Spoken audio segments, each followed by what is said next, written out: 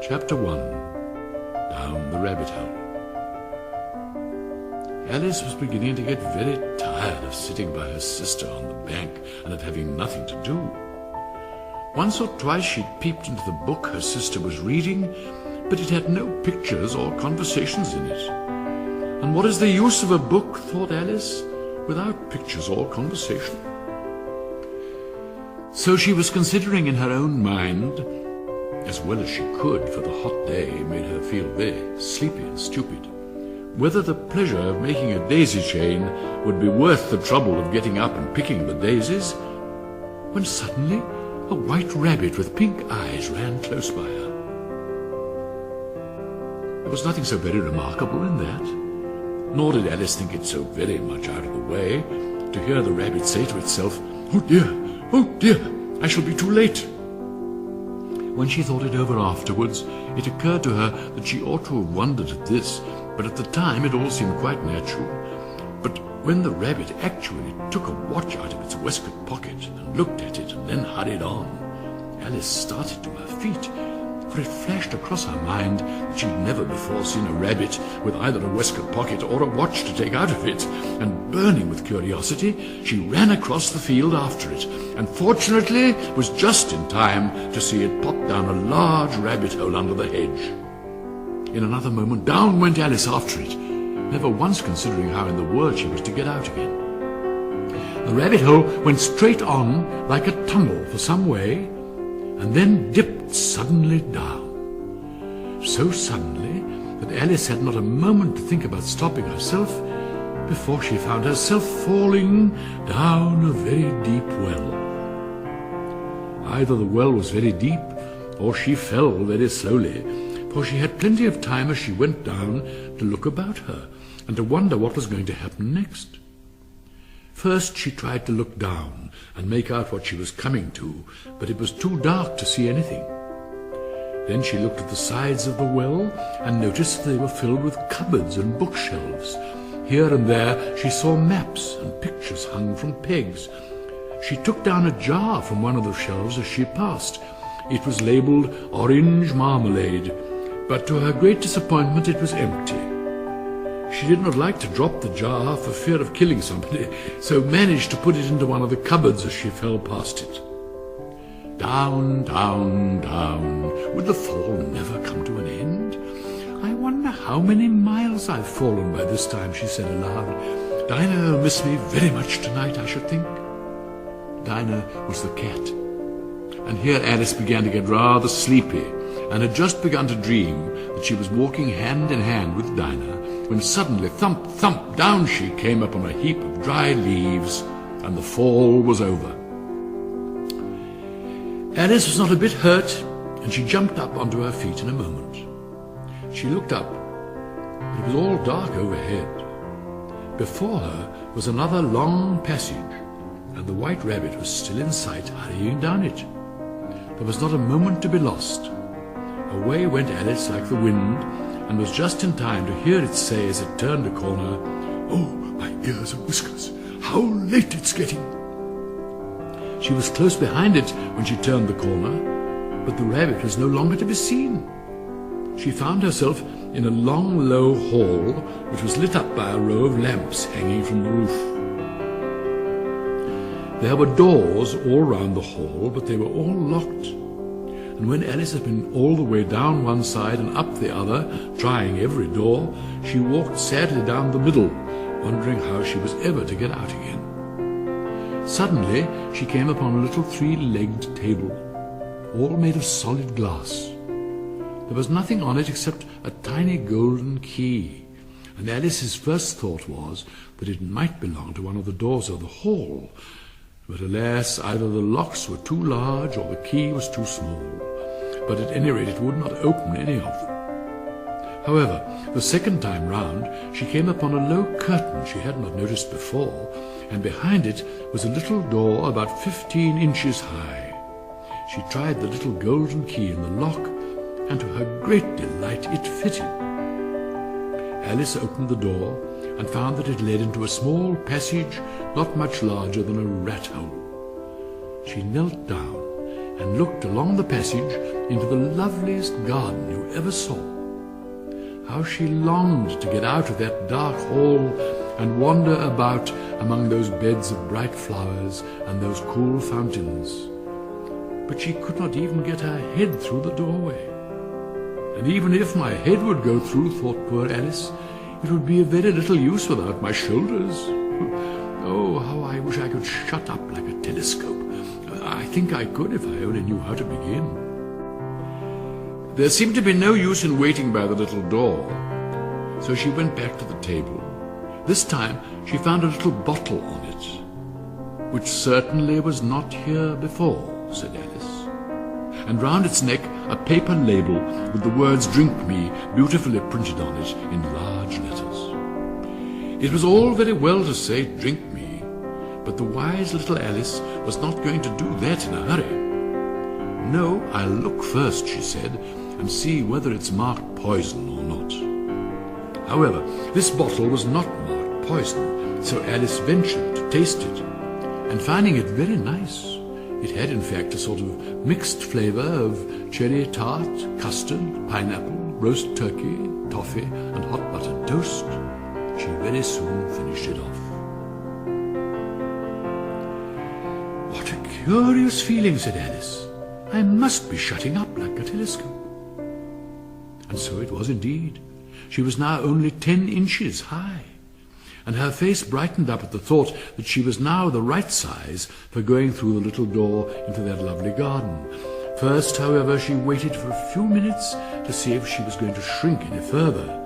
She felt a little nervous about this, for it might end, you know, said Alice, in my going out altogether like a candle.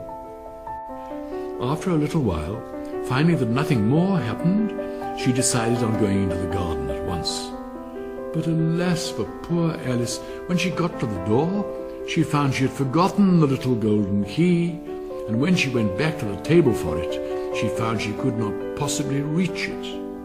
She could see it quite plainly through the glass, and she tried her best to climb up one of the table legs, but it was too slippery. And when she had tired herself out with trying, the poor little thing sat down and cried. Soon her eye fell on a little glass box that was lying under the table.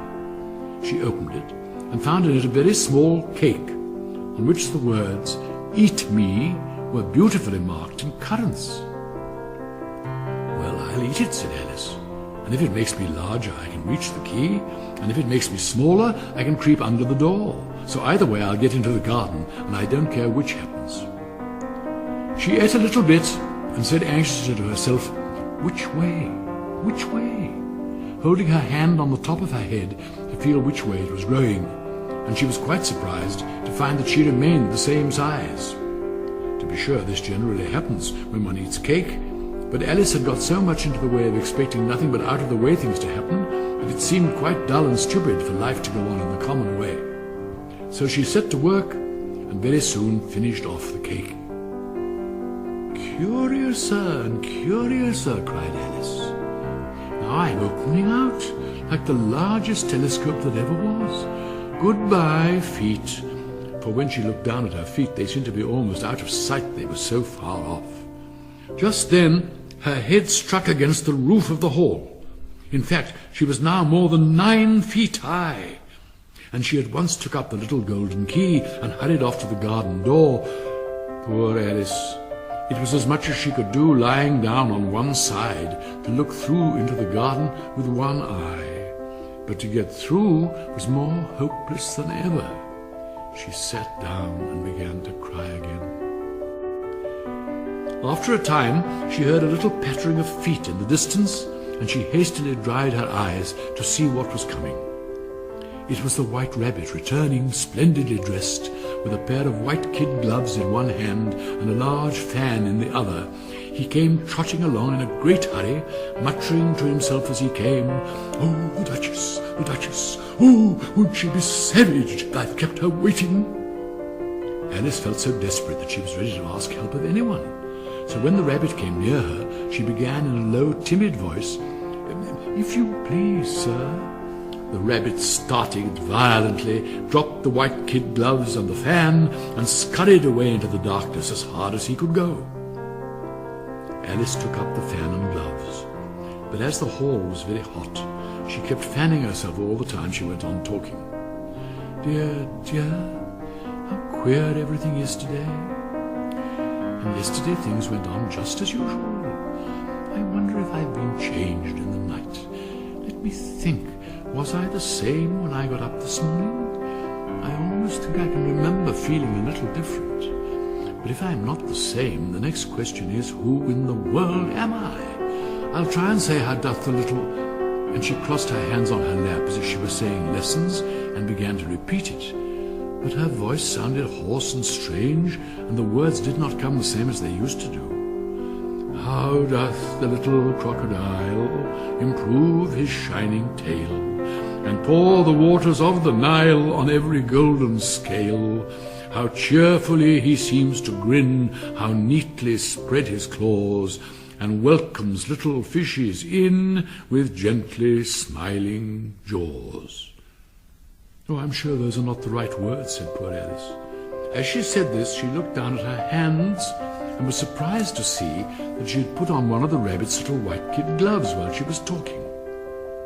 "How can I have done that?" she thought. "I must be growing small again." She got up and went to the table to measure herself by it, and found that as nearly as she could guess, she was now about 2 feet high and was going on shrinking rapidly.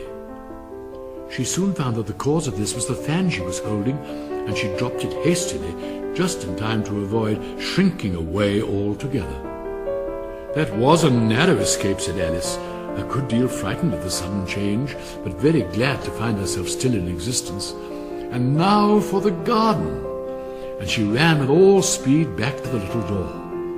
But alas, the little door was shut again, and the little golden key was lying on the glass table as before. "And things are worse than ever," thought the poor child, "for I never was so small as this before, never. And I declare it's too bad, that it is." And here poor Alice began to cry again, for she felt very lonely and low-spirited. In a little while, however, she again heard a little pattering footsteps in the distance. It was the white rabbit, trotting slowly back again and looking anxiously about as it went, as if it had lost something. And she heard it muttering to itself, the Duchess, oh my dear paws, oh my fur and whiskers, she'll get me executed as sure as ferrets are ferrets. Where can I have dropped them, I wonder?" Alice guessed in a moment that it was looking for the fan and the pair of white kid gloves, and she very good-naturedly began hunting about for them. But they were nowhere to be seen, and the great hall with the glass table and the little door had vanished completely. Very soon the rabbit noticed Alice as she went hunting about, and called out to her in an angry tone, "Why, Mary Ann, what are you doing out here? Run home this minute and fetch me a pair of gloves and a fan. Quick now!" And Alice was so much frightened that she ran off at once in the direction it pointed to, and soon found herself safe in a thick wood. "The first thing I've got to do," said Alice to herself as she wandered about in the wood, "is to grow to my right size again. And the second thing is to find my way into that lovely garden. Let me see, how is it to be managed? I suppose I ought to eat or drink something or other, but the great question is what?" The great question certainly was what. Alice looked all round her at the flowers and the blades of grass, but she could not see anything that looked like the right thing to eat or drink under the circumstances. There was a large mushroom growing near her, about the same height as herself, and when she had looked under it and on both sides of it and behind it, it occurred to her that she might as well look and see what was on the top of it. She stretched herself up on tiptoe and peeped over the edge of the mushroom, and her eyes immediately met those of a large blue caterpillar that was sitting on the top with its arms folded, quietly smoking a long hookah and taking not the smallest notice of her or of anything else.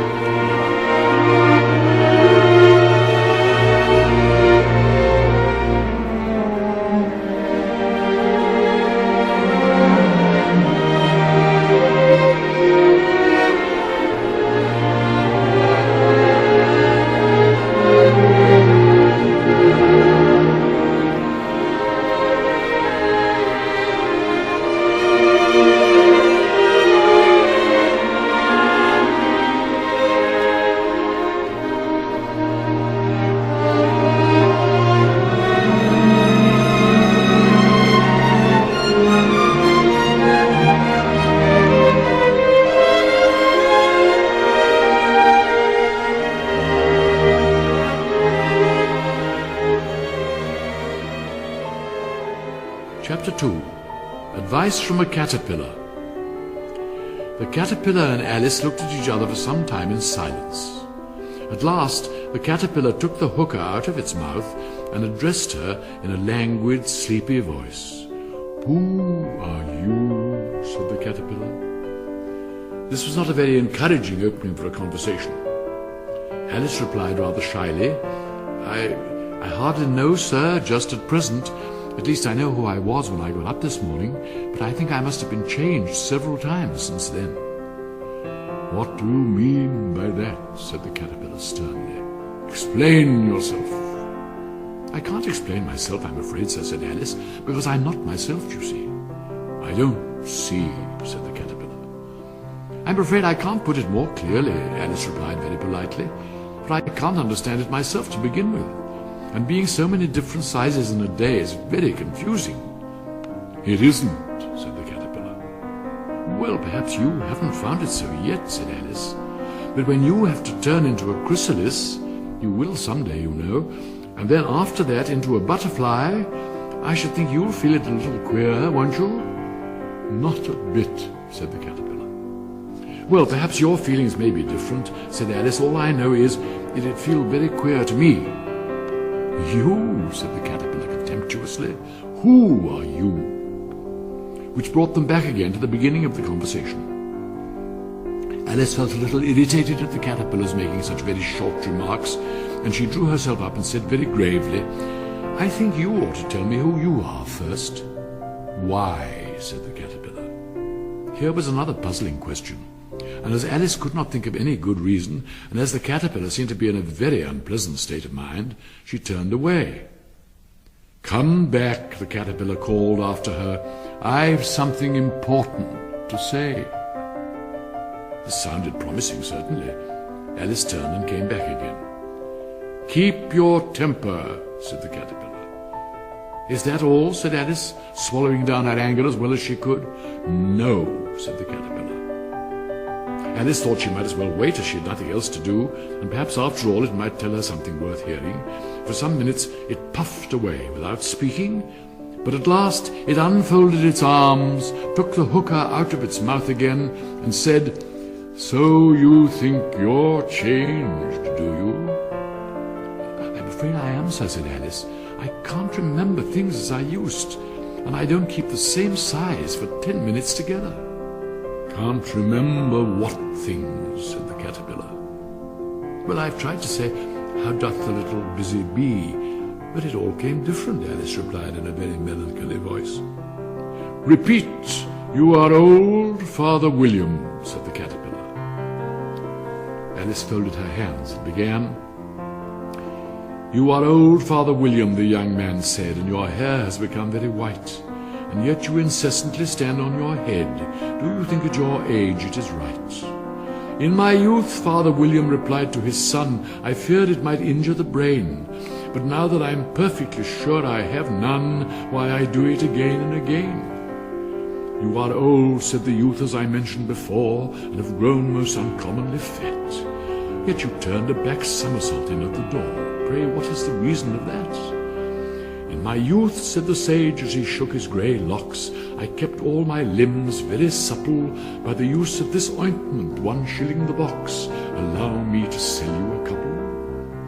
"You are old," said the youth, "and your jaws are too weak for anything tougher than suet. Yet you finished the goose with the bones and the beak. Pray, how did you manage to do it?" "In my youth," said his father, "I took to the law and argued each case with my wife, and the muscular strength which it gave to my jaw has lasted the rest of my life." "You are old," said the youth. "One would hardly suppose that your eye was as steady as ever. Yet you balanced an eel on the end of your nose. What made you so awfully clever?" "I have answered 3 questions, and that is enough," said his father. "Don't give yourself airs. Do you think I can listen all day to such stuff? Be off, or I'll kick you downstairs." "That is not said right," said the caterpillar. "Not quite right, I'm afraid," said Alice timidly. "Some of the words have got altered." "It is wrong from beginning to end," said the caterpillar decidedly. There was silence for some minutes. The caterpillar was the first to speak. "What size do you want to be?" it asked. "Oh, I'm not particular as to size," Alice hastily replied. "Only one doesn't like changing so often, you know." "I don't know," said the caterpillar. Alice said nothing. She'd never been so much contradicted in all her life before, and she felt she was losing her temper. "Are you content now?" said the caterpillar. "Well, I should like to be a little larger, sir, if you wouldn't mind," said Alice. 3 inches is such a wretched height to be." "It is a very good height indeed," said the caterpillar angrily, rearing itself upright as it spoke. It was exactly 3 inches high. "But I'm not used to it," pleaded poor Alice in a piteous tone. She thought to herself, "I wish the creatures wouldn't be so easily offended." "You'll get used to it in time," said the caterpillar, and it put the hookah into its mouth and began smoking again. This time Alice waited patiently until it chose to speak again. In a moment or two the caterpillar took the hookah out of its mouth and yawned once or twice and shook itself. Then it got down off the mushroom and crawled away into the grass, merely remarking as it went, "One side will make you grow taller, the other side will make you grow shorter." "One side of what? The other side of what?" thought Alice to herself. "Of the mushroom," said the caterpillar, just as if she'd asked it aloud, and in another moment it was out of sight. Alice remained looking thoughtfully at the mushroom for a minute, trying to make out which were the 2 sides of it, and as it was perfectly round, she found this a very difficult question. However, at last she stretched her arms round it as far as they would go, and broke off a bit of the edge with each hand. "And now which is which?" she said to herself, and nibbled a little of the right-hand bit to try the effect. The next moment she felt a violent blow underneath her chin. It had struck her foot. She was a good deal frightened by this very sudden change, but she felt that there was no time to be lost, as she was shrinking rapidly, so she set to work at once to eat some of the other bit. Her chin was pressed so closely against her foot that there was hardly room to open her mouth, but she did it at last, and managed to swallow a morsel of the left-hand bit.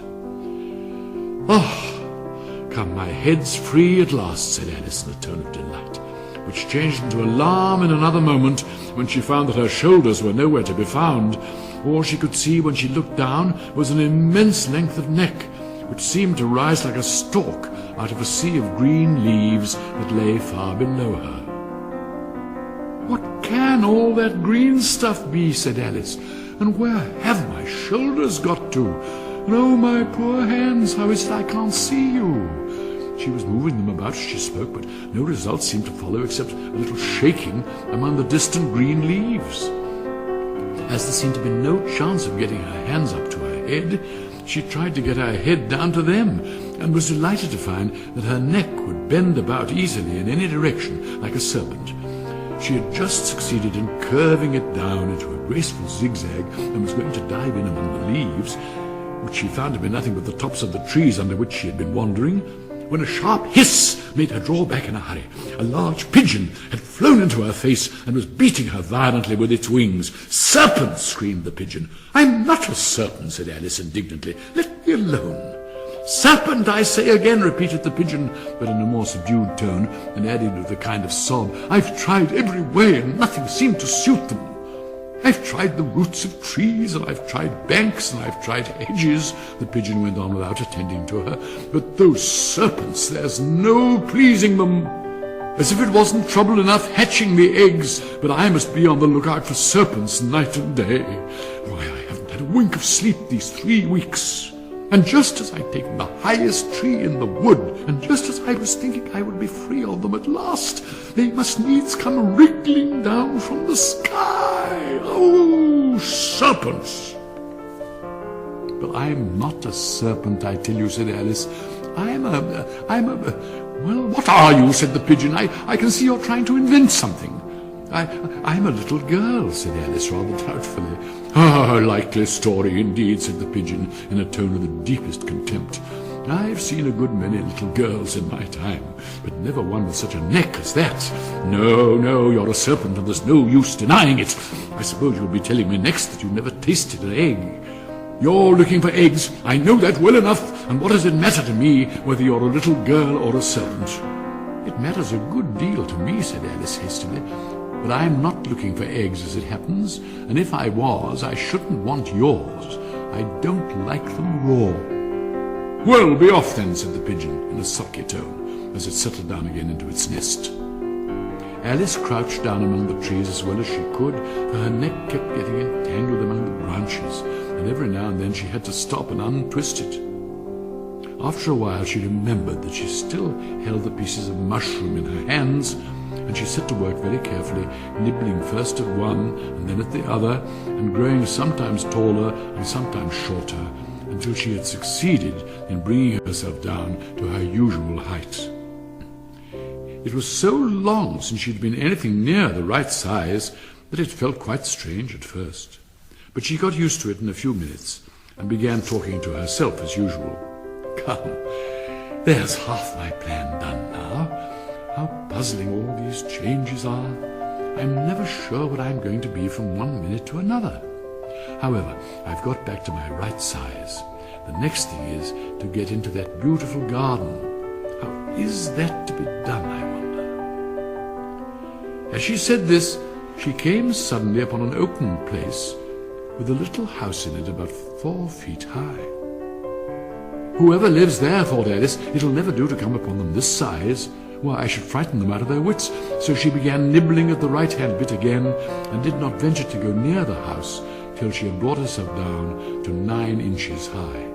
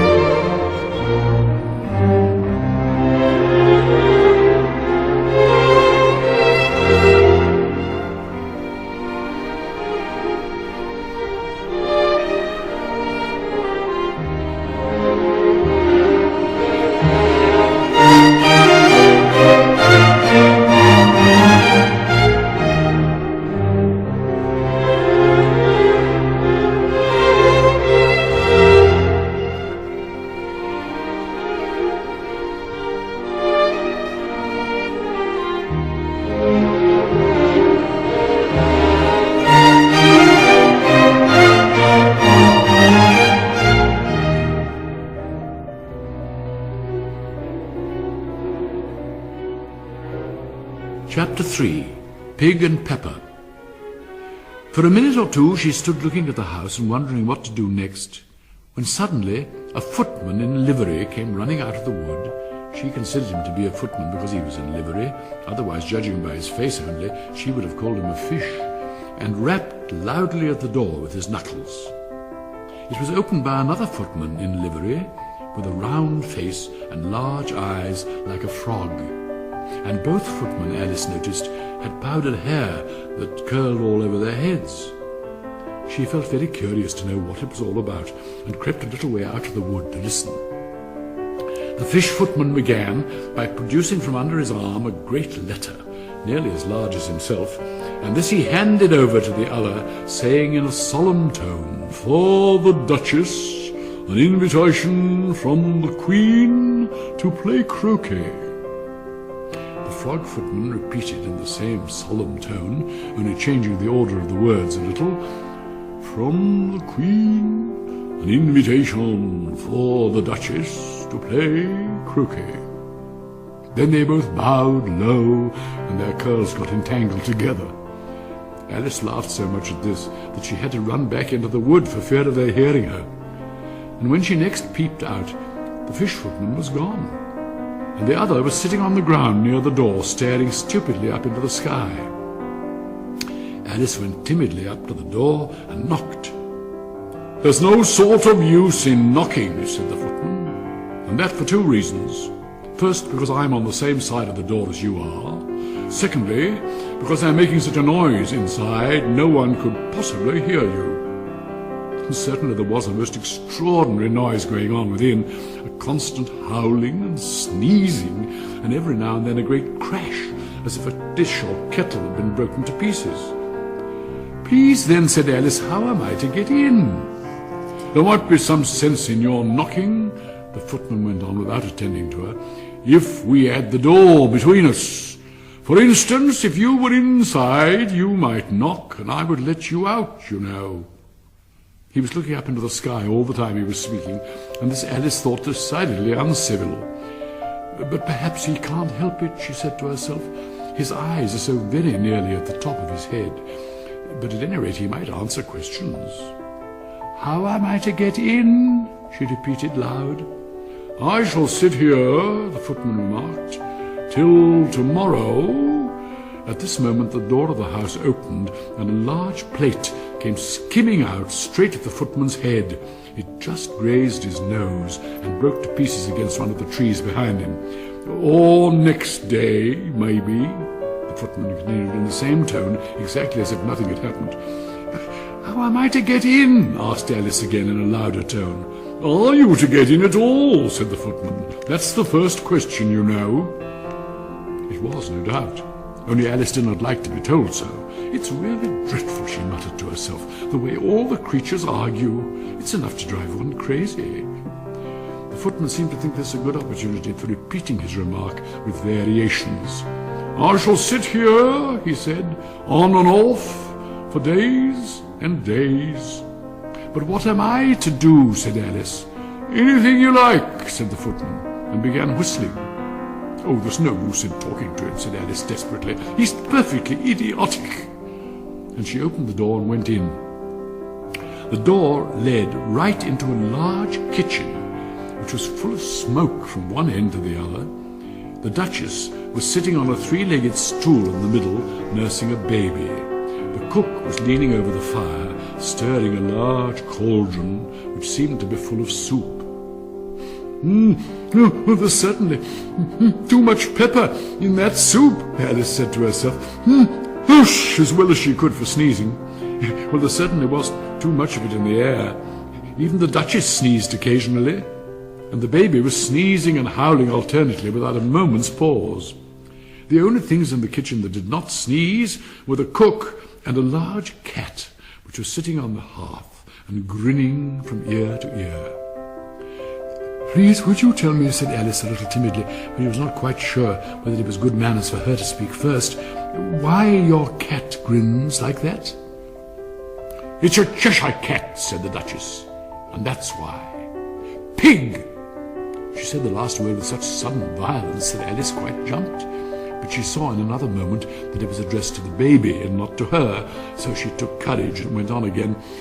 "I didn't know that Cheshire cats always grinned. In fact, I didn't know that cats could grin." "They all can," said the Duchess, "and most of them do."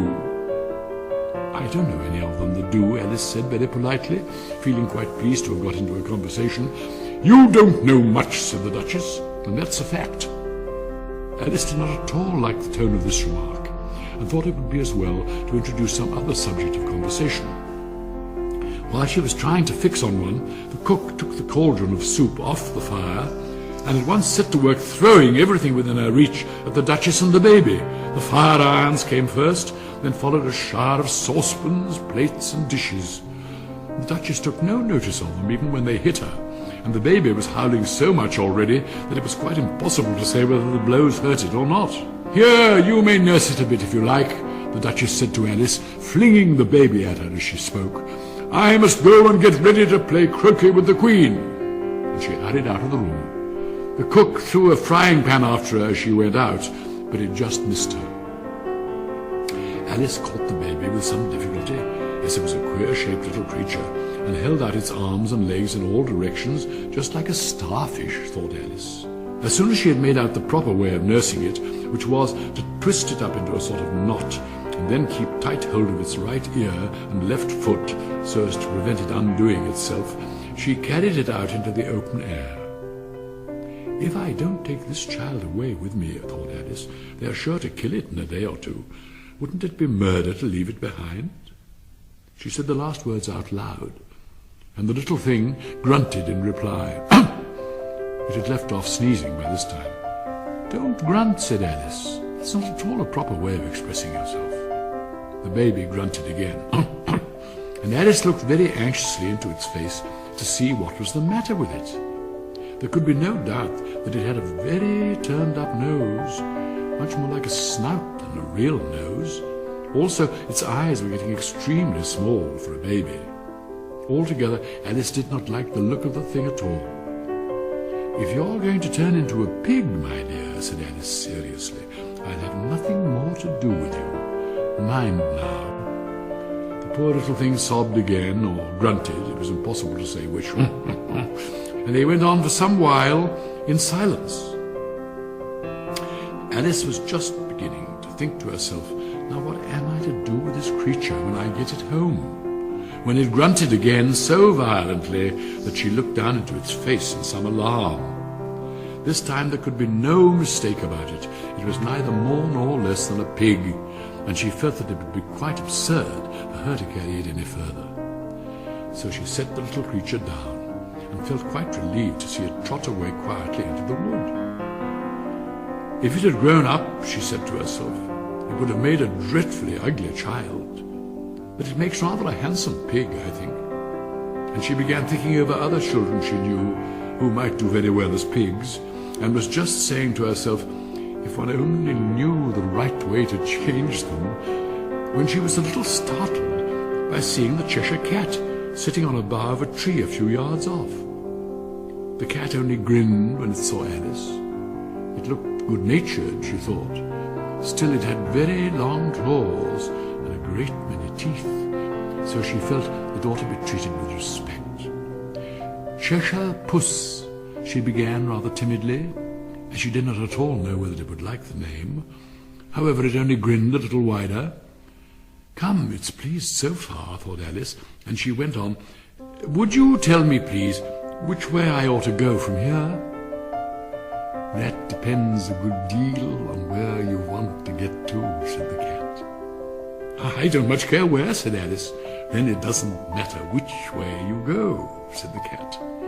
As long as I get somewhere, Alice added as an explanation.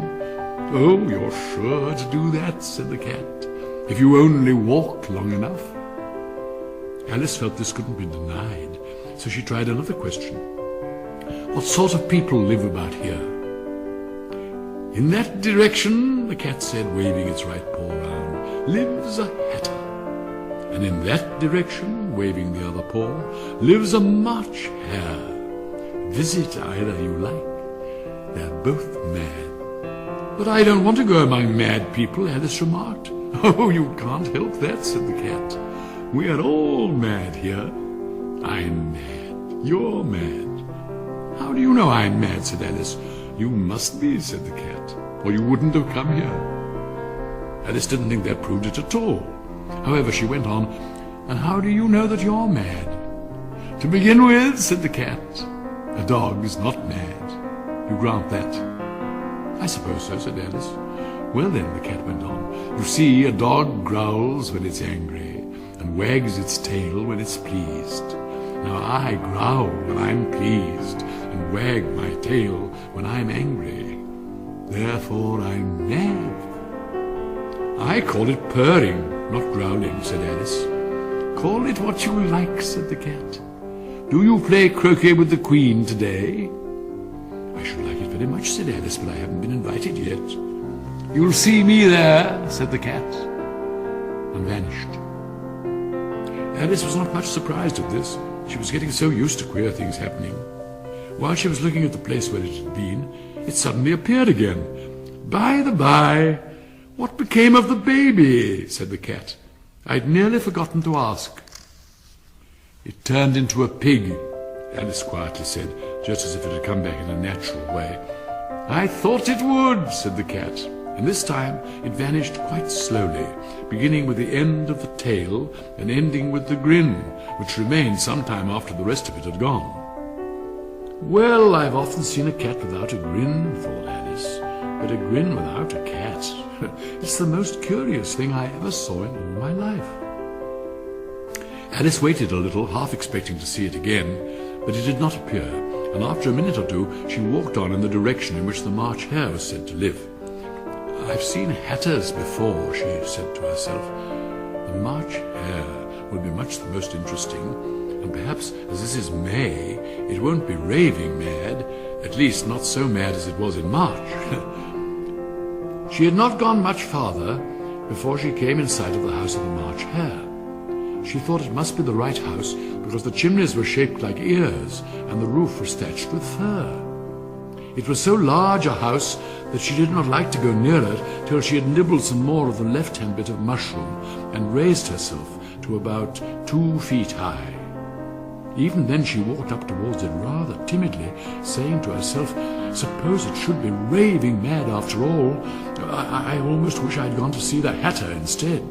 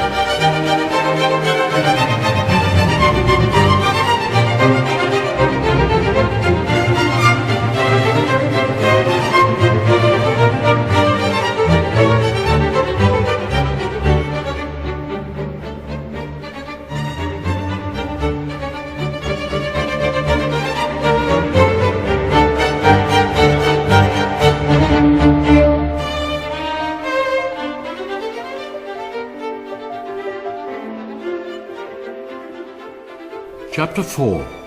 A Mad Tea Party. There was a table set out under a tree in front of the house, and the March Hare and the Hatter were having tea at it. A dormouse was sitting between them, fast asleep, and the other two were resting their elbows on it like a cushion and talking over its head. Very uncomfortable for the dormouse, thought Alice. Only as it's asleep, I suppose it doesn't mind. The table was a large one, but the three were all crowded together at one corner of it. "No room, no room!" they cried out when they saw Alice coming. "There's plenty of room," said Alice indignantly, and she sat down in a large armchair at one end of the table. "Have some wine," the March Hare said in an encouraging tone. Alice looked all round the table, but there was nothing on it but tea. "I don't see any wine," she remarked. "There isn't any," said the March Hare. "Then it wasn't very civil of you to offer it," said Alice angrily. "It wasn't very civil of you to sit down without being invited," said the March Hare. "I didn't know it was your table," said Alice. "It's laid for a great many more than 3. "Your hair wants cutting," said the Hatter.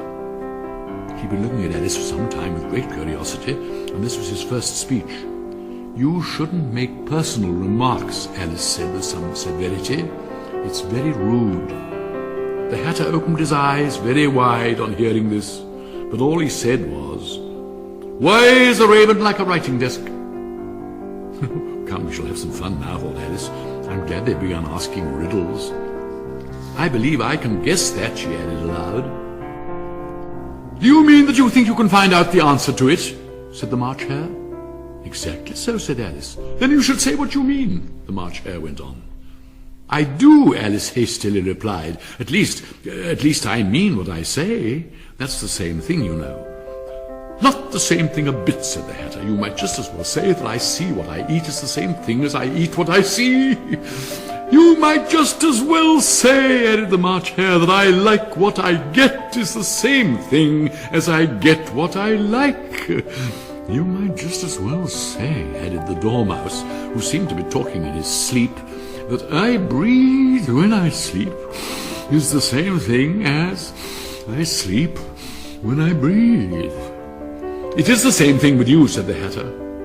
And here the conversation dropped, and the party sat silent for a minute, while Alice thought over all she could remember about ravens and writing desks, which wasn't much. The Hatter was the first to break the silence. "What day of the month is it?" he said, turning to Alice. He had taken his watch out of his pocket and was looking at it uneasily, shaking it every now and then and holding it to his ear. Alice considered a little and then said, The 4th. 2 days wrong, sighed the Hatter. I told you butter wouldn't suit the works, he added, looking angrily at the March Hare. It was the best butter, the March Hare meekly replied. Yes, but some crumbs must have got in as well, the Hatter grumbled. You shouldn't have put it in with the bread knife. The March Hare took the watch and looked at it gloomily. Then he dipped it into his cup of tea and looked at it again. But he could think of nothing better to say than his first remark. It was the best butter, you know. Alice had been looking over his shoulder with some curiosity. What a funny watch, she remarked. It tells the day of the month and doesn't tell what o'clock it is. Why should it? Muttered the Hatter. Does your watch tell you what year it is? Of course not, Alice replied very readily, but that's because it stays the same year for such a long time together. Which is just the case with mine, said the Hatter. Alice felt dreadfully puzzled.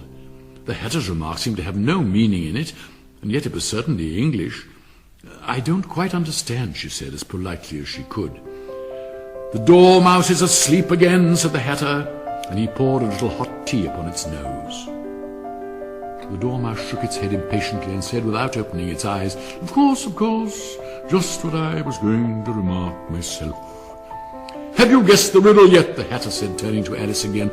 No, I give it up, Alice replied. What's the answer? I haven't the slightest idea, said the Hatter. Nor I, said the March Hare. Alice sighed wearily. I think you might do something better with the time, she said, than waste it asking riddles with no answers. If you knew time as well as I do, said the Hatter, you wouldn't talk about wasting it. It's him. I don't know what you mean, said Alice. Of course you don't, the Hatter said, tossing his head contemptuously. I dare say you never even spoke to time. Now, if you only kept on good terms with him, he'd do almost anything you liked with the clock. For instance, supposing it were 9 o'clock in the morning, just time to begin lessons, you'd only have to whisper a hint to time, and round goes the clock in a twinkling, 1:30, time for dinner. I only wish it was, the March Hare said to itself in a whisper. That would be grand, certainly, said Alice thoughtfully, but then I shouldn't be hungry for it, you know. Not at first, perhaps, said the Hatter, but you could keep it to 1:30, as long as you liked. Is that the way you manage? Alice asked. The Hatter shook his head mournfully. Not I, he replied. We quarrelled last March, just before he went mad, you know, pointing with his teaspoon at the March Hare. It was at the great concert given by the Queen of Hearts, and I had to sing, Twinkle, twinkle, little bat, how I wonder what you're at. You know the song, perhaps. I've heard something like it, said Alice. It goes on, you know, the Hatter continued in this way. Up above the world you fly, like a tea tray in the sky. Twinkle, twinkle. Here the Dormouse shook itself and began singing in its sleep. Twinkle, twinkle, twinkle, twinkle, twinkle, twinkle, twinkle, and went on so long that they had to pinch it to make it stop. Well, I'd hardly finished the first verse, said the Hatter, when the Queen jumped up and bawled out, He's murdering the time! Off with his head! How dreadfully savage, exclaimed Alice. And ever since that, the Hatter went on in a mournful tone, he won't do a thing I ask. It's always 6 o'clock now. A bright idea came into Alice's head. Is that the reason so many tea things are put out here? She asked. Yes, that's it, said the Hatter with a sigh. It's always tea time, and we've no time to wash the things between whiles. Then you keep moving round, I suppose, said Alice. Exactly so, said the Hatter, as the things get used up. But what happens when you come to the beginning again? Alice ventured to ask. Suppose we change the subject, the March Hare interrupted, yawning. I'm getting tired of this. I vote the young lady tells us a story. I'm afraid I don't know one, said Alice, rather alarmed at the proposal. Then the Dormouse shall, they both cried. Wake up, Dormouse. And they pinched it on both sides at once. The Dormouse slowly opened his eyes. I wasn't asleep, he said in a hoarse, feeble voice. I heard every word you fellows were saying. Tell us a story, said the March Hare. Yes, please do, pleaded Alice. And be quick about it, added the Hatter, or you'll be asleep again before it's done. Once upon a time there were 3 little sisters, the Dormouse began in a great hurry, and their names were Elsie, Lacey, and Tilly, and they lived at the bottom of a well. What did they live on? Said Alice, who always took a great interest in questions of eating and drinking. They lived on treacle, said the Dormouse, after thinking a minute or two. They couldn't have done that, you know, Alice gently remarked. They'd have been ill. So they were, said the Dormouse, very ill. Alice tried to fancy to herself what such an extraordinary way of living would be like, but it puzzled her too much, so she went on, but why did they live at the bottom of a well? Take some more tea, the March Hare said to Alice very earnestly. I've had nothing yet, Alice replied in an offended tone, so I can't take more. You mean you can't take less, said the Hatter. It's very easy to take more than nothing. Nobody asked your opinion, said Alice. Who's making personal remarks now? The Hatter asked triumphantly. Alice didn't quite know what to say to this, so she helped herself to some tea and bread and butter, and then turned to the Dormouse and repeated her question. Why did they live at the bottom of a well? The Dormouse again took a minute or two to think about it, and then said, it was a treacle well. There's no such thing, Alice was beginning very angrily, but the Hatter and the March Hare went shh, shh, and the Dormouse sulkily remarked, if you can't be civil, you'd better finish the story for yourself. No, please go on, Alice said. I won't interrupt again. I dare say there may be one. One indeed, said the Dormouse indignantly. However, he consented to go on. And so these 3 little sisters, they were learning to draw, you know. What did they draw? Said Alice, quite forgetting her promise. Treacle, said the Dormouse, without considering at all this time. I want a clean cup, interrupted the Hatter. Let's all move one place on. He moved on as he spoke, and the Dormouse followed him. The March Hare moved into the Dormouse's place, and Alice, rather unwillingly, took the place of the March Hare.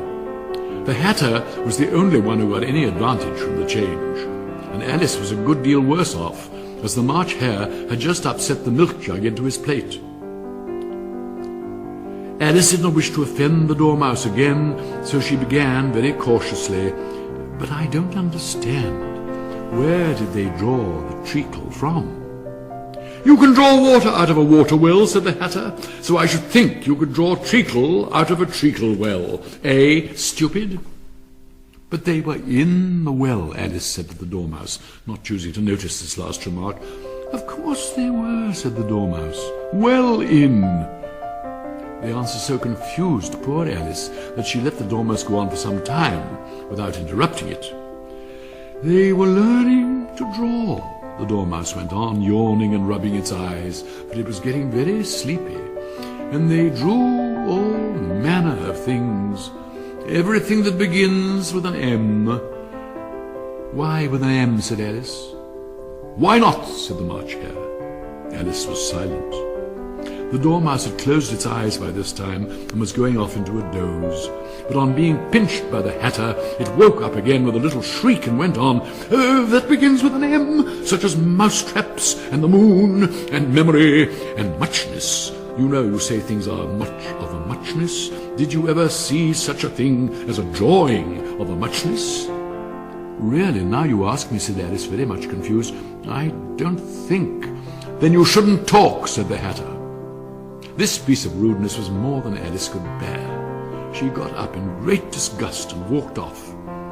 The Dormouse fell asleep instantly, and neither of the others took the least notice of her going, though she looked back once or twice, half hoping that they would call after her. The last time she saw them, they were trying to put the Dormouse into the teapot. At any rate, I'll never go there again, said Alice as she picked her way through the wood. It's the stupidest tea party I ever was at in all my life. Just as she said this, she noticed that one of the trees had a door leading right into it. That's very curious, she thought. But everything's curious today. I think I may as well go in at once. And in she went. Once more she found herself in the long hall, and close to the little glass table. Now I'll manage better this time, she said to herself.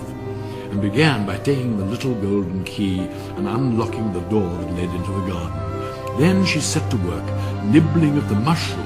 She had kept a piece of it in her pocket till she was about a foot high. Then she walked down the little passage, and then she found herself at last in the beautiful garden, among the bright flower beds and the cool fountains.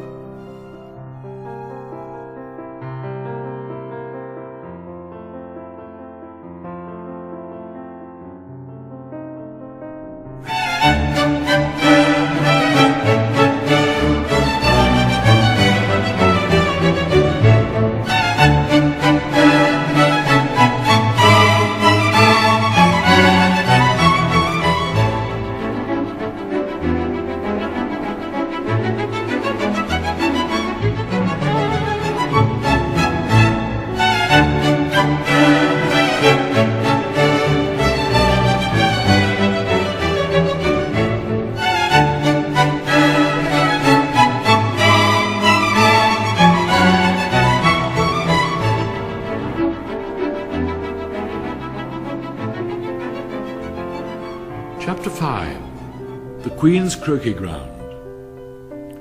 A large rose tree stood near the entrance of the garden. The roses growing on it were white, but there were 3 gardeners at it busily painting them red.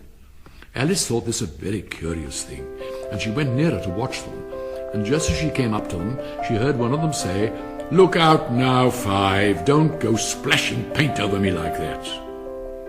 "I couldn't help it," said Five in a sulky tone. 7 jogged my elbow. On which 7 looked up and said, "That's right, 5, always lay the blame on others." "You'd better not talk," said 5. "I heard the Queen say only yesterday you deserve to be beheaded." "What for?" said the one who had first spoken. "That's none of your business, too," said 7. "Yes, it is his business," said 5, "and I'll tell him it was for bringing the cooked tulip roots instead of onions." 7 flung down his brush and had just begun, "Well, of all the unjust things," when his eye chanced to fall upon Alice as she stood watching them, and he checked himself suddenly. The others looked around also, and all of them bowed low. "Would you tell me," said Alice a little timidly, "why you are painting those roses?" 5 and 7 said nothing, but looked at 2. 2 began in a low voice, "Why, the fact is, you see, miss, this here ought to have been a red rose tree, and we put a white one in by mistake. And if the Queen was to find it out, we should all have our heads cut off, you know. So you see, miss, we're doing our best afore she comes to—" At this moment 5, who had been anxiously looking across the garden, called out, "The Queen! The Queen!" And the 3 gardeners instantly threw themselves flat upon their faces. There was a sound of many footsteps, and Alice looked round, eager to see the Queen. First came 10 soldiers carrying clubs. These were all shaped like the 3 gardeners, oblong and flat, with their hands and feet at the corners. Next, the 10 courtiers. These were ornamented all over with diamonds, and walked 2 and 2, as the soldiers did. After these came the royal children. There were 10 of them, and the little dears came jumping merrily along hand in couples. They were all ornamented with hearts. Next came the guests, mostly kings and queens, and among them Alice recognized the white rabbit. It was talking in a hurried, nervous manner, smiling at everything that was said, and went by without noticing her. Then followed the Knave of Hearts, carrying the king's crown on a crimson velvet cushion, and last of all this grand procession came the King and Queen of Hearts. Alice was rather doubtful whether she ought not to lie down on her face like the three gardeners, but she could not remember ever having heard of such a rule of processions. And besides, what would be the use of a procession, thought she, if people had all to lie down upon their faces so that they couldn't see it? So she stood still where she was and waited. When the procession came opposite to Alice, they all stopped and looked at her, and the Queen said severely, "Who is this?" She said it to the Knave of Hearts, who only bowed and smiled in reply. "Idiot!" said the Queen, tossing her head impatiently. And turning to Alice, she went on, "What's your name, child?" "My name is Alice, so please your Majesty," said Alice very politely. But she added to herself, "Why, they're only a pack of cards after all. I needn't be afraid of them." "And who are these?" said the Queen, pointing to the three gardeners who were lying round the rose tree, for you see, as they were lying on their faces, and the pattern on their backs was the same as the rest of the pack, she could not tell whether they were gardeners, or soldiers, or courtiers, or three of her own children. "How should I know?" said Alice, surprised at her own courage. "It's no business of mine." The Queen turned crimson with fury, and after glaring at her for a moment like a wild beast, screamed, "Off with her head! Off!" "Nonsense!" said Alice very loudly and decidedly, and the Queen was silent. The King laid his hand upon her arm and timidly said, "Consider, my dear, she's only a child." The Queen turned angrily away from him and said to the Knave, "Turn them over!" The Knave did so very carefully with one foot. "Get up!" said the Queen in a shrill, loud voice, and the three gardeners instantly jumped up and began bowing to the King, the Queen, the royal children, and everybody else. "Leave off that!" screamed the Queen. "You make me giddy!" And then, turning to the rose tree, she went on, "What have you been doing here?" "May it please your Majesty," said two in a very humble tone, going down on one knee as he spoke, "we were trying—" "I see," said the Queen, who had meanwhile been examining the roses. "Off with their heads!" And the procession moved on, three of the soldiers remaining behind to execute the unfortunate gardeners, who ran to Alice for protection. "You shan't be beheaded," said Alice, and she put them into a large flower pot that stood near. The three soldiers wandered about for a minute or two looking for them, and then quietly marched off after the others. "Are their heads off?" shouted the Queen. "Their heads are gone, if it please your Majesty," the soldiers shouted in reply. "That's right," shouted the Queen. "Can you play croquet?" The soldiers were silent and looked at Alice, as the question was evidently meant for her. "Yes," shouted Alice. "Come on, then," roared the Queen, and Alice joined the procession, wondering very much what would happen next. It's a very fine day," said a timid voice at her side. She was walking by the white rabbit, who was peeping anxiously into her face. "Very," said Alice. "Where's the Duchess?" "Hush, hush," said the rabbit in a low, hurried tone. He looked anxiously over his shoulder as he spoke, and then raised himself up on tiptoe, put his mouth close to her ear, and whispered, "She's under sentence and execution." "What for?" said Alice. "Did you say what a pity?" the rabbit asked. "No, I didn't," said Alice. "I don't think it at all a pity. I said, what for?" "She boxed the Queen's ears," the rabbit began. Alice gave a little scream of laughter. "Oh, hush," the rabbit whispered in a frightened tone. "The Queen will hear you. You see, she came rather late, and the Queen said—" "Get to your places!" shouted the Queen in a voice of thunder. And people began running about in all directions, tumbling up against each other. However, they got settled down in a minute or two, and the game began. Alice thought she'd never seen such a curious croquet ground in all her life. It was all ridges and furrows. The balls were live hedgehogs, the mallets live flamingos, and the soldiers had to double themselves up and to stand upon their hands and feet to make the arches. The chief difficulty Alice found at first was in managing her flamingo. She succeeded in getting its body tucked away comfortably enough under her arm with its legs hanging down, but generally, just as she had got its neck nicely straightened out and was going to give the hedgehog a blow with its head, it would twist round and look up into her face with such a puzzled expression that she could not help bursting out laughing. And when she had got its head down and was going to begin again, it was very provoking to find that the hedgehog had unrolled itself and was in the act of crawling away. Besides all this, there was generally a ridge or a furrow in the way, wherever she wanted to send the hedgehog to, and as the doubled-up soldiers were always getting up and walking off to other parts of the ground, Alice soon came to the conclusion that it was a very difficult game indeed. The players all played at once without waiting for turns, quarrelling all the while, and fighting for the hedgehogs. And in a very short time the Queen was in a furious passion and went stamping about, shouting, "Off with his head! Off with her head!" about once a minute. Alice began to feel very uneasy. To be sure, she had not as yet had any dispute with the Queen, but she knew that it might happen any minute, and then thought she, what would become of me? They're dreadfully fond of beheading people here. The great wonder is that there's anyone left alive. She was looking about for some way to escape, and wondering whether she could get away without being seen, when she noticed a curious appearance in the air. It puzzled her very much at first, but after watching it a minute or two, she made it out to be a grin, and she said to herself, "It's the Cheshire Cat. Now I shall have somebody to talk to." "How are you getting on?" said the cat, as soon as there was mouth enough for it to speak with. Alice waited till the eyes appeared, and then nodded. "It's no use speaking to it," she thought, "till its ears have come, or at least one of them."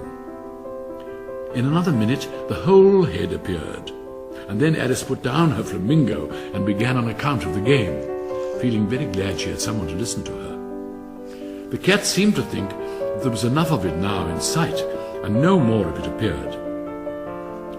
"I don't think they play at all fairly," Alice began in rather a complaining tone, "and they all quarrel so dreadfully one can't hear oneself speak, and they don't seem to have any rules in particular. At least if there are, nobody attends to them. And you've no idea how confusing it is, all the things being alive.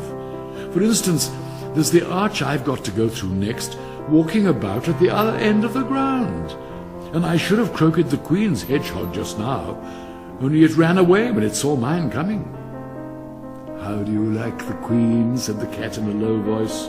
"Oh, not at all," said Alice. "She's so extremely—" Just then she noticed that the Queen was close behind her, listening, so she went on, "Likely to win, but it's hardly worthwhile finishing the game." The Queen smiled and passed on. "Who are you talking to?" said the King, coming up to Alice and looking at the cat's head with great curiosity. "It's a friend of mine, a Cheshire Cat," said Alice. "Allow me to introduce it." "I don't like the look of it at all," said the King. "However, it may kiss my hand if it likes." "I'd rather not," the cat remarked. "Don't be impertinent," said the King, "and don't look at me like that." He got behind Alice as he spoke. "A cat may look at a king," said Alice. "I've read that in some book, but I don't remember where." "Well, it must be removed," said the King very decidedly. And he called to the Queen, who was passing at the moment, "My dear, I wish you would have this cat removed." The Queen had only one way of settling all difficulties, great or small. "Off with his head," she said, without even looking round. "I'll fetch the executioner myself," said the King eagerly, and he hurried off. Alice thought she might as well go back and see how the game was going on, as she heard the Queen's voice in the distance screaming with passion. She had already heard her sentence 3 of the players to be executed for having missed their turns, and she did not like the look of things at all, as the game was in such confusion that she never knew whether it was her turn or not. So she went in search of her hedgehog.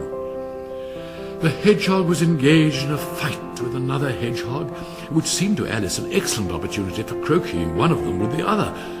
The only difficulty was that her flamingo was gone across to the other side of the garden, where Alice could see it trying in a helpless sort of way to fly up into one of the trees.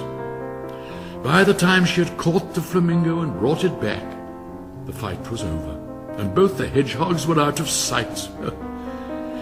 But it doesn't matter much, thought Alice, as all the arches are gone from this side of the ground. So she tucked it under her arm, that it might not escape again, and went back for a little more conversation with her friend. When she got back to the Cheshire Cat, she was surprised to find quite a large crowd collected round it. There was a dispute going on between the executioner, the king, and the queen, who were all talking at once, while all the rest were quite silent and looked very uncomfortable. The moment Alice appeared, she was appealed to by all three to settle the question, and they repeated their arguments to her, though as they all spoke at once, she found it very hard indeed to make out exactly what they said. The executioner's argument was that you couldn't cut off a head unless there was a body to cut it from, that he'd never had to do such a thing before, and he wasn't going to begin at his time of life. The king's argument was that anything that had a head could be beheaded, and you want to talk nonsense. The queen's argument was that if something wasn't done about it in less than no time, she'd have everybody executed all round. It was this last remark that had made the whole party look so grave and anxious. Alice could think of nothing else to say, but it belongs to the Duchess. You'd better ask her about it. She's in prison, the Queen said to the executioner. Fetch her here. And the executioner went off like an arrow. The cat's head began fading away the moment he was gone, and by the time he had come back with the Duchess, it had entirely disappeared.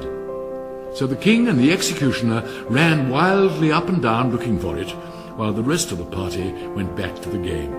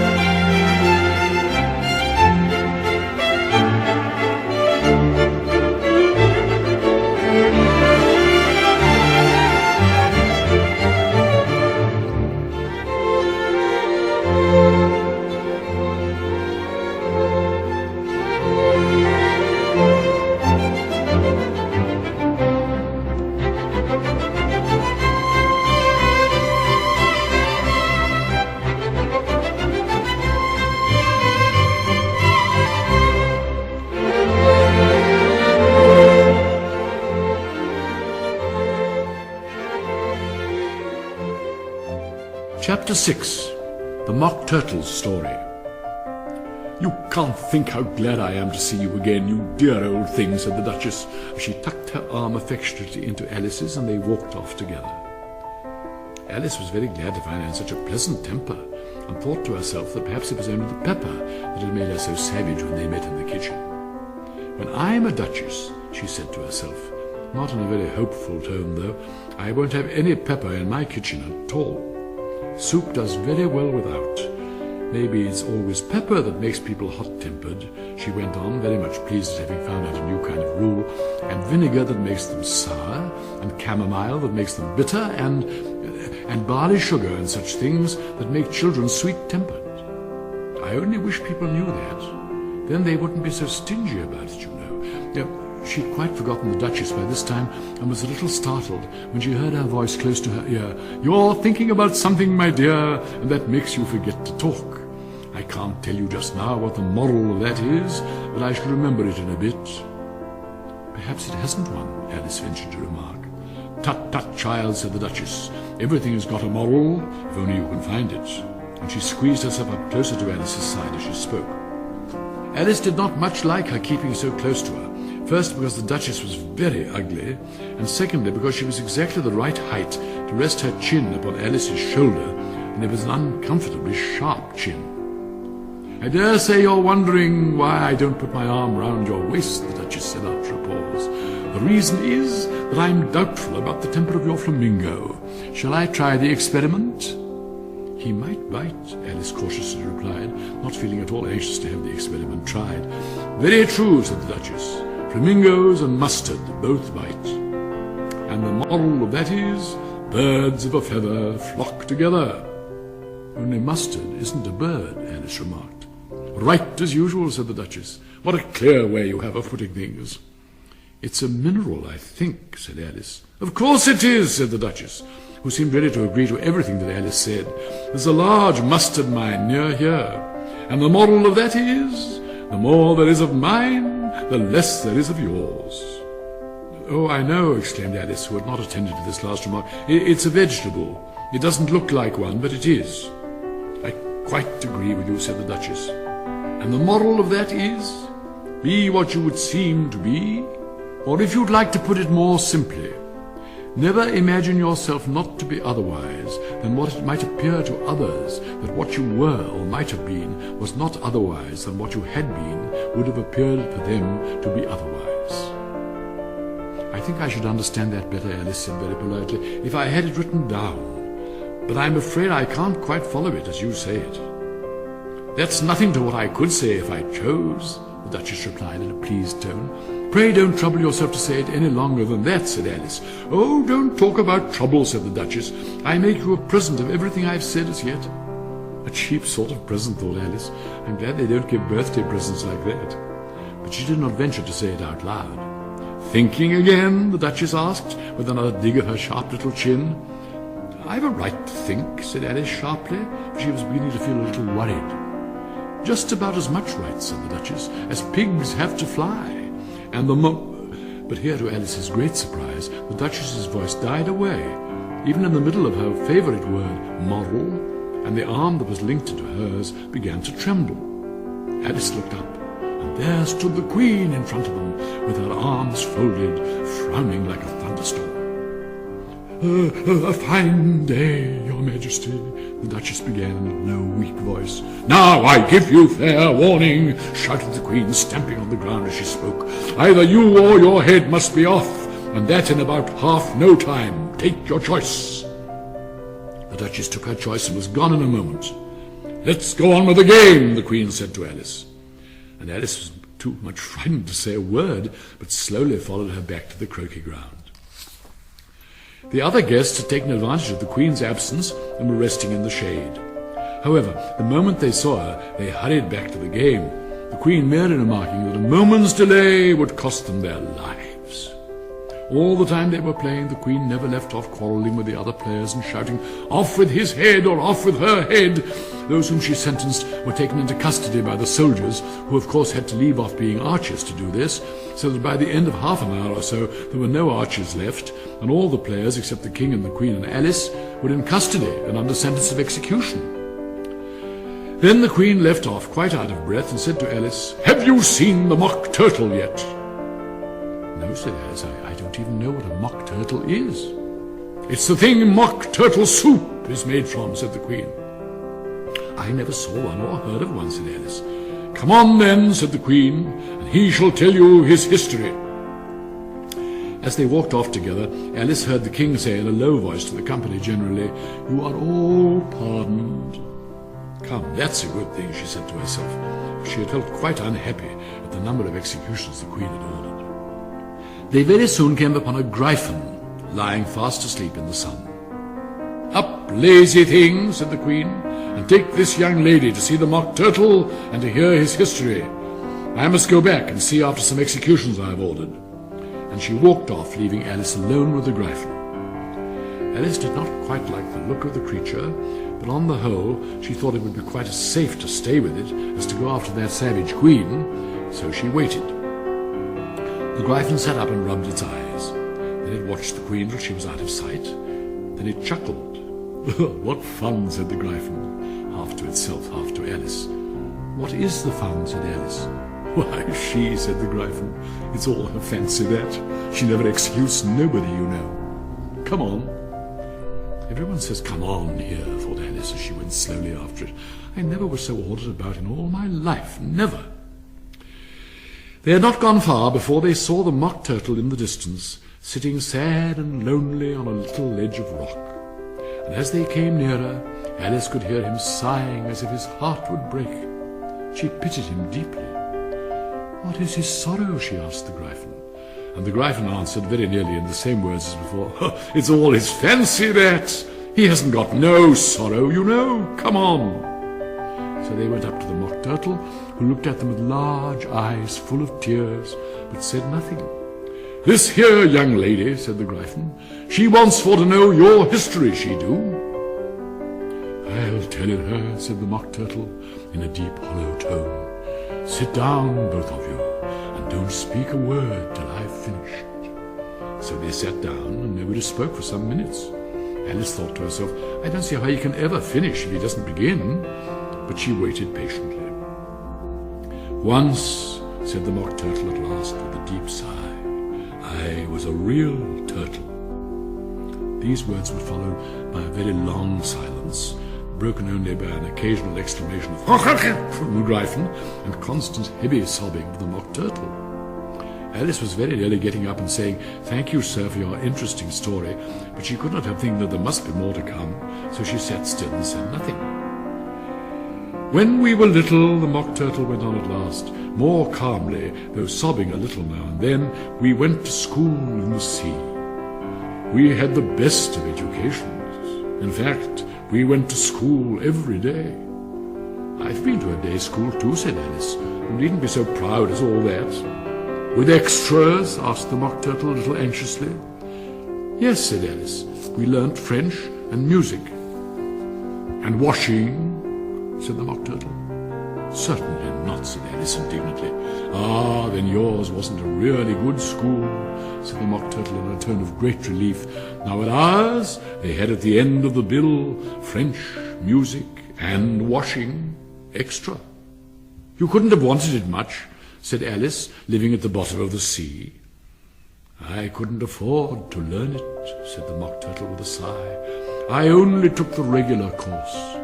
"What was that?" inquired Alice. "Reeling and writhing, of course, to begin with," the Mock Turtle replied, "and then the different branches of arithmetic, ambition, distraction, uglification, and derision. Mystery, ancient and modern, with seaography, then drawling. The drawling master was an old conger eel that used to come once a week.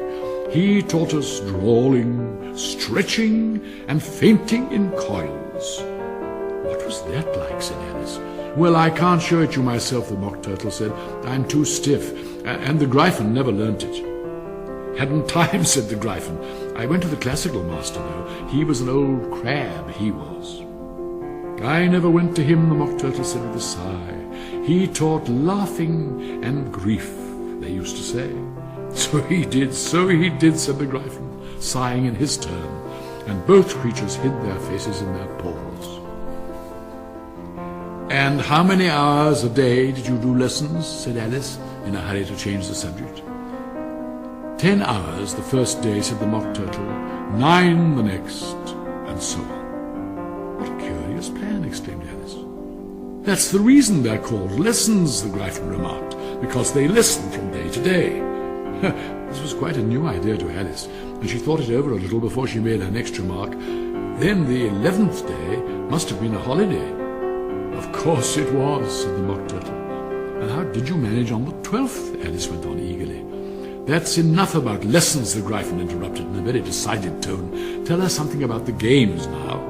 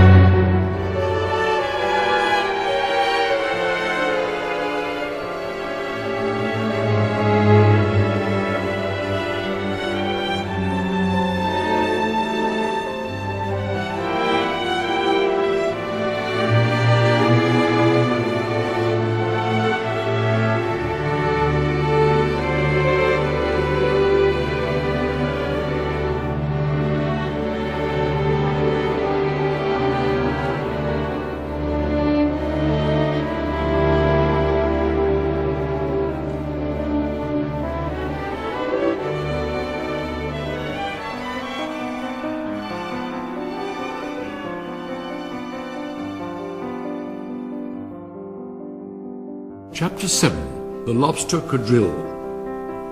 The Mock Turtle sighed deeply and drew the back of one flapper across his eyes. He looked at Alice and tried to speak, but for a minute or two sobs choked his voice. "Same as if he had a bone in his throat," said the Gryphon, and it set to work shaking him and punching him in the back.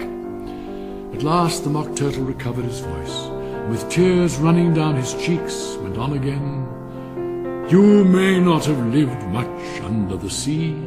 "I haven't," said Alice, "and perhaps you were never even introduced to a lobster, so you can have no idea what a delightful thing a lobster quadrille is." "No, indeed," said Alice. "What sort of a dance is it?" "Why," said the Gryphon, "you first form in a line along the seashore." "Two lines," cried the Mock Turtle. "Seals, turtles, and so on. Then, when you've cleared the jellyfish out of the way—" "That generally takes some time," interrupted the Gryphon. "You advance twice, each with a lobster as a partner," cried the Gryphon. "Of course," the Mock Turtle said. "Advance twice, set to partners. Change lobsters and retire in same order," continued the Gryphon.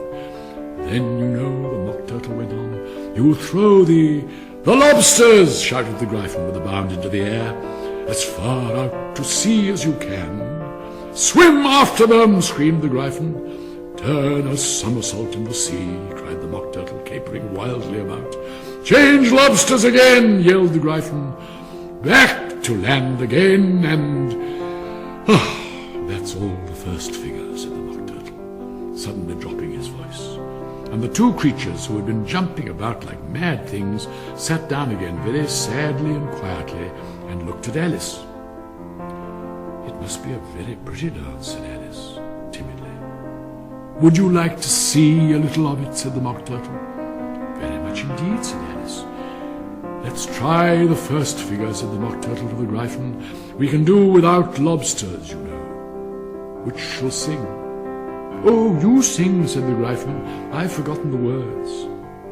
So they began solemnly dancing round and round Alice, every now and then treading on her toes when they passed too close, and waving their forepaws to mark the time, while the Mock Turtle sang this very slowly and sadly. "Will you walk a little faster?" said a whiting to a snail. "There's a porpoise close behind us, and he's treading on my tail. See how eagerly the lobsters and the turtles all advance. They are waiting on the shingle. Won't you come and join the dance? Will you, won't you, will you, won't you, will you join the dance? Will you, won't you, will you, won't you join the dance?" You can really have no notion how delightful it will be when they take us up and throw us with the lobsters out to sea. But the snail replied, "Too far, too far," and gave a look askance. Said he thanked the whiting kindly, but he would not join the dance. Would not, could not, would not, could not, would not join the dance. Would not, could not, would not, could not join the dance. "What matter it how far we go?" his scaly friend replied. "There is another shore, you know, upon the other side. The further off from England, the nearer is to France. Then turn not pale, beloved snail, but come and join the dance. Will you, won't you, will you, won't you, will you join the dance? Will you, won't you, will you, won't you join the dance?" "Thank you, it's a very interesting dance to watch," said Alice, feeling very glad that it was over at last. "Shall we try another figure of the lobster quadrille?" the Gryphon went on. "Or would you like the Mock Turtle to sing you a song?" "Oh, a song, please, if the Mock Turtle would be so kind," Alice replied, so eagerly that the Gryphon said in a rather offended tone, "No accounting for tastes. Sing a turtle soup, will you, old fellow?" The Mock Turtle sighed deeply and began, in a voice sometimes choked with sobs, to sing this. "Beautiful soup, so rich and green, waiting in a hot tureen. Who for such dainties would not stoop? Soup of the evening, beautiful soup. Soup of the evening, beautiful soup. Beautiful, beautiful soup.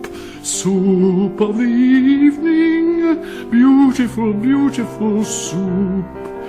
Beautiful soup, who cares for fish, game or any other dish, who would not give all else for toup, any worth only of beautiful soup, pennyworth only of beautiful soup, beautiful, beautiful soup, soup of the evening, beautiful, beautiful soup. Chorus again, cried the Gryphon, and the Mock Turtle just begun to repeat it, when a cry of "The trial's beginning" was heard in the distance. "Come on," said the Gryphon, and taking Alice by the hand, it hurried off without waiting for the end of the song. "Whose trial is it?" Alice panted as she ran, but the Gryphon only answered, "Come on," and ran the faster, while more and more faintly came, carried on the breeze that followed them, the melancholy words, "Soup of the evening, beautiful, beautiful soup."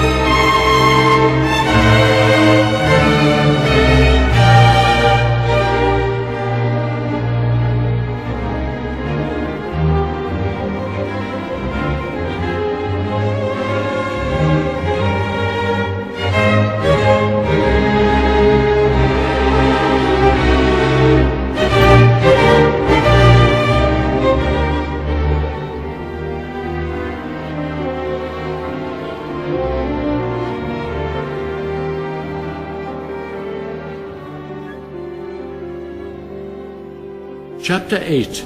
Who Stole the Tarts? The King and Queen of Hearts were seated on their throne when they arrived, with a great crowd assembled about them, all sorts of little birds and beasts, as well as the whole pack of cards. The knave was standing before them in chains, with a soldier on each side to guard him, and near the king was the white rabbit, with a trumpet in one hand and a scroll of parchment in the other. In the very middle of the court was a table with a large dish of tarts upon it. They looked so good that it made Alice quite hungry to look at them. I wish they'd get the trial done, she thought, and hand round the refreshments. But there seemed to be no chance of this, so she began looking about her to pass away the time.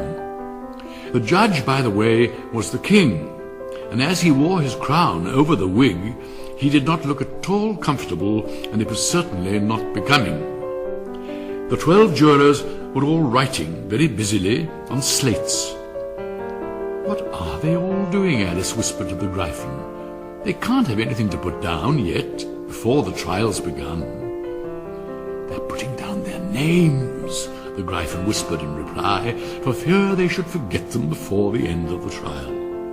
"Stupid things," Alice began in a loud, indignant voice, but she stopped hastily, for the white rabbit cried out, "Silence in the court!" And the king put on his spectacles and looked anxiously round to see who was talking. "Herald, read the accusation," said the king. On this the white rabbit blew 3 blasts on the trumpet, and then unrolled the parchment scroll and read as follows. "The Queen of Hearts, she made some tarts, all on a summer day. The knave of hearts, he stole those tarts, and took them quite away." "Consider your verdict," the king said to the jury. Not yet," the rabbit hastily interrupted. "There's a great deal to come before that." "Call the first witness," said the king. And the white rabbit blew 3 blasts on the trumpet and called out, "First witness!" The first witness was the Hatter. He came in with a teacup in one hand and a piece of bread and butter in the other. "I beg pardon, your majesty," he began, "for bringing these in, but I hadn't quite finished my tea when I was sent for." "You ought to have finished," said the king. "When did you begin?" The Hatter looked at the March Hare, who had followed him into the court arm in arm with the Dormouse. 14th of March, I think it was," he said. 15th, said the March Hare. 16th, added the Dormouse. "Take off your hat," the king said to the Hatter. "It isn't mine," said the Hatter. "Stolen!" the king exclaimed, turning to the jury, who instantly made a memorandum of the fact. "I keep them to sell," the Hatter added as an explanation. "I've none of my own. I'm a Hatter." Here the Queen put on her spectacles and began staring hard at the Hatter, who turned pale and fidgeted. "Give your evidence," said the king, "and don't be nervous, or I'll have you executed on the spot." This did not seem to encourage the witness at all. He kept shifting from one foot to the other, looking uneasily at the Queen, and in his confusion he bit a large piece out of his teacup instead of the bread and butter. Just at this moment, Alice felt a very curious sensation, which puzzled her a good deal until she made out what it was. She was beginning to grow larger again, and she thought at first she would get up and leave the court, but on second thought she decided to remain where she was as long as there was room for her. "I wish you wouldn't squeeze so," said the Dormouse, who was sitting next to her. "I can hardly breathe." "I can't help it," said Alice very meekly. "I'm growing." "You've no right to grow here," said the Dormouse. "Don't talk nonsense," said Alice more boldly. "You know you're growing too." "Yes, but I grow at a reasonable pace," said the Dormouse, "not in that ridiculous fashion." And he got up very sulkily and crossed over to the other side of the court. All this time the Queen had never left off staring at the Hatter. And just as the Dormouse crossed the court, she said to one of the officers of the court, "Bring me the list of the singers in the last concert," on which the wretched Hatter trembled so that he shook both his shoes off. "Give your evidence," the king repeated angrily, "or I'll have you executed, whether you're nervous or not." "I'm a poor man, your majesty," the Hatter began in a trembling voice, "and I hadn't begun my tea, not above a week or so, and what with the bread and butter getting so thin, and the twinkling of the tea—" "The twinkling of the what?" said the king. "It began with the tea, and most things twinkled after that, only the March Hare said—" "I didn't," the March Hare interrupted in a great hurry. "You did," said the Hatter. "I deny it," said the March Hare. "He denies it," said the king. "Leave out that part." "Well, at any rate, the Dormouse said," the Hatter went on, looking anxiously round to see if he would deny it too, but the Dormouse denied nothing, being fast asleep. "After that," continued the Hatter, "I cut some more bread and butter." "But what did the Dormouse say?" one of the jury asked. "That I can't remember," said the Hatter. "You must remember," remarked the king, "or I'll have you executed." The miserable Hatter dropped his teacup and bread and butter and went down on one knee. "I'm a poor man, your majesty," he began. "You're a very poor speaker," said the king, "and if that's all you know about it, you may stand down." "I can't go no lower," said the Hatter. "I'm on the floor as it is." "Then you may sit down," the king replied. I'd rather finish my tea," said the Hatter, with an anxious look at the Queen, who was reading the list of singers. "You may go," said the king, and the Hatter hurriedly left the court without even waiting to put his shoes on. "And just take his head off outside," the Queen added to one of the officers. But the Hatter was out of sight before the officer could get to the door. "Call the next witness," said the king. The next witness was the Duchess's cook. She carried the pepper box in her hand, and Alice guessed who it was, even before she got into the court, by the way the people near the door began sneezing all at once. "Give your evidence," said the king. "Shan't," said the cook. The king looked anxiously at the White Rabbit, who said in a low voice, "Your Majesty must cross-examine this witness." "Well, if I must, I must," the king said with a melancholy air. And after folding his arms and frowning at the cook till his eyes were nearly out of sight, he said in a deep voice, "What are tarts made of?" "Pepper, mostly," said the cook. "Treacle," said a sleepy voice behind her. "Collar that dormouse," the Queen shrieked out. "Behead that dormouse! Turn that dormouse out of court! Suppress him! Pinch him! Off with his whiskers!" For some minutes the whole court was in confusion, getting the dormouse turned out, and by the time they had settled down again, the cook had disappeared. "Never mind," said the king with an air of great relief. "Call the next witness." And he added in an undertone to the queen, "Really, my dear, you must cross-examine the next witness. It quite makes my forehead ache."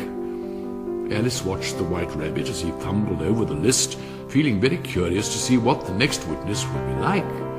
"For they haven't got much evidence yet," she said to herself. Imagine her surprise when the White Rabbit read out at the top of his shrill little voice the name Alice.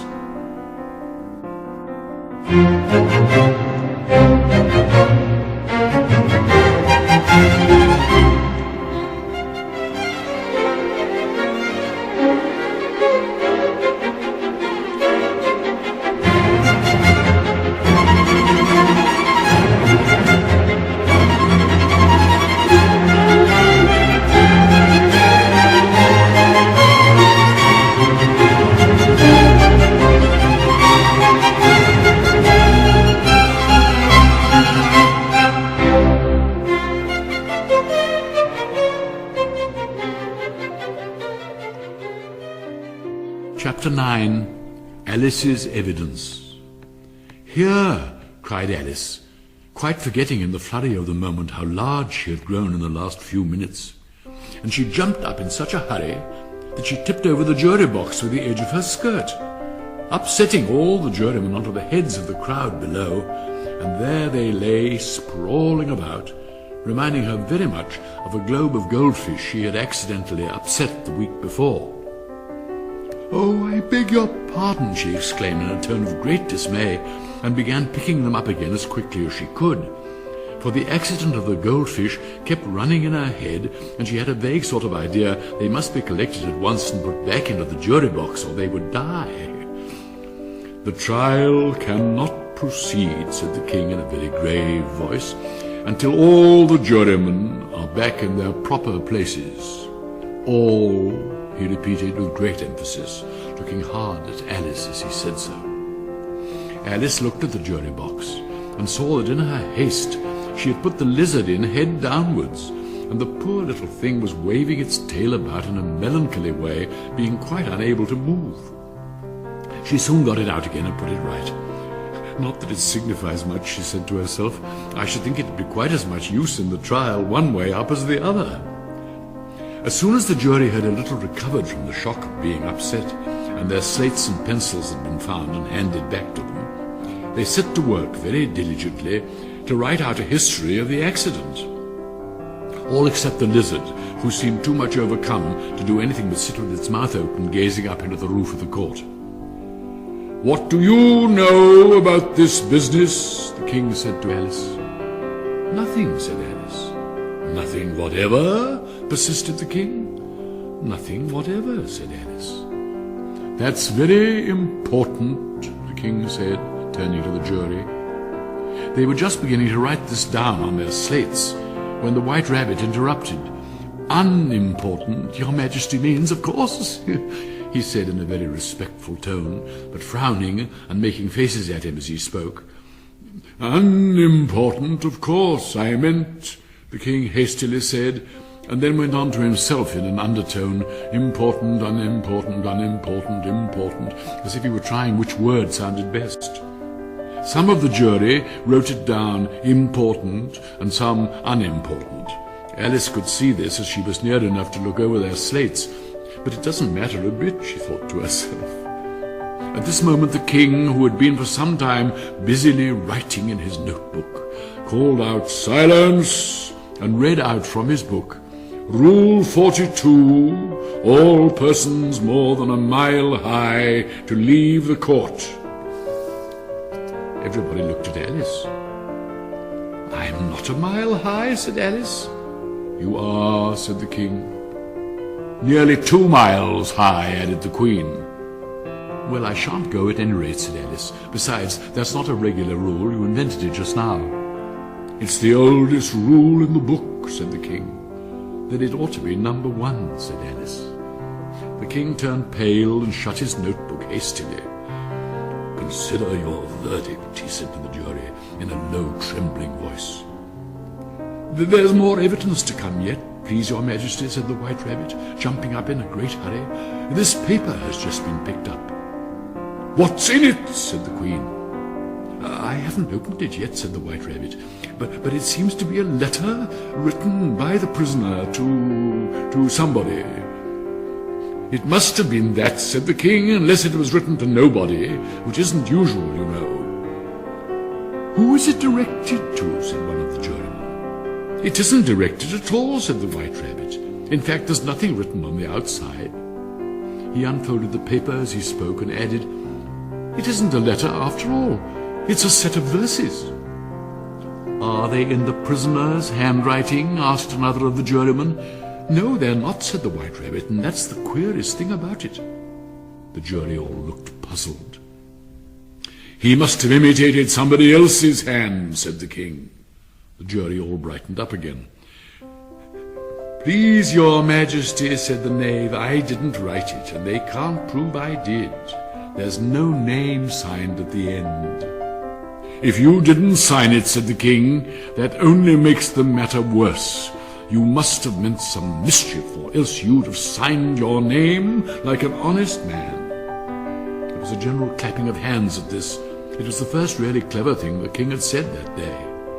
"That proves his guilt," said the Queen. "It proves nothing of the sort," said Alice. "Why, you don't even know what they're about." "Read them," said the King. The White Rabbit put on his spectacles. "Where shall I begin, please, your Majesty?" he asked. "Begin at the beginning," the King said gravely, "and go on till you come to the end, then stop." These were the verses the White Rabbit read. "They told me you had been to her and mentioned me to him.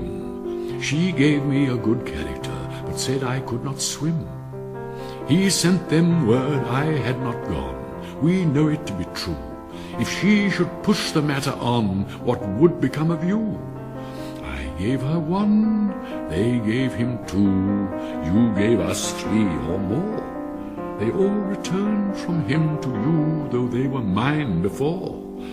If I or she should chance to be involved in this affair, he trusts to you to set them free, exactly as we were. My notion was that you had been, before she had this fit, an obstacle that came between him and ourselves and it. Don't let him know she liked them best, for this must ever be a secret kept from all the rest, between yourself and me. That's the most important piece of evidence we've heard yet," said the King, rubbing his hands. "So now let the jury—" "If any one of them can explain it," said Alice. She had grown so large in the last few minutes that she wasn't a bit afraid of interrupting him. "I'll give him 6pence. I don't believe there's an atom of meaning in it." The jury all wrote down on their slates, "She doesn't believe there's an atom of meaning in it," but none of them attempted to explain the paper. "If there's no meaning in it," said the King, "that saves a world of trouble, you know, as we needn't try to find any. And yet I don't know," he went on, spreading out the verses on his knee and looking at them with one eye, "I seem to see some meaning in them after all. Said I could not swim. You can't swim, can you?" he added, turning to the knave. The knave shook his head sadly. "Do I look like it?" he said, which he certainly did not, being made entirely of cardboard. "All right so far," said the King, and he went on muttering over the verses to himself. "We know it to be true."